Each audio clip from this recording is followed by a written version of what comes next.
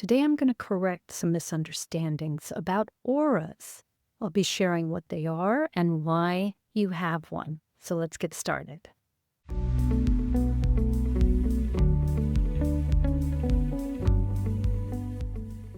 So you may have heard the term aura or auric layer.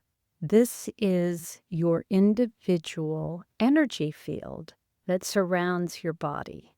It goes about 3 feet out, all around your body, and its main purpose is to conduct energy in and out of your body.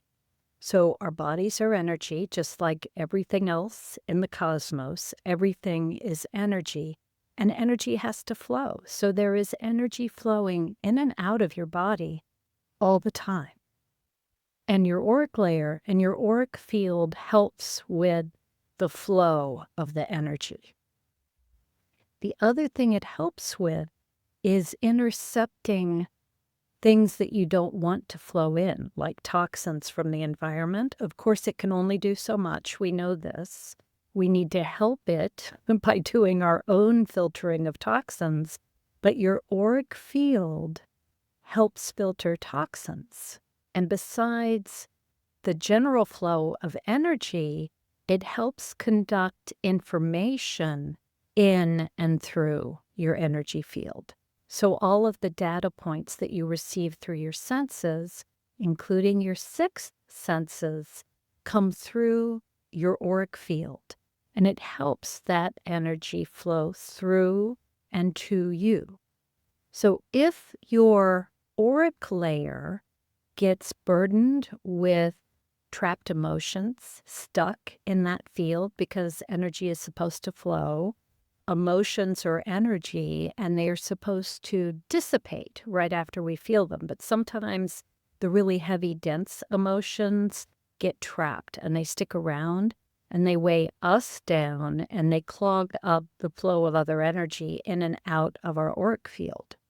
So sometimes emotions can get stuck in there and it has some negative repercussions for us. And you can have that taken care of by an energy master. We just diffuse those emotions so that they can dissipate and move on and not clog up your auric field.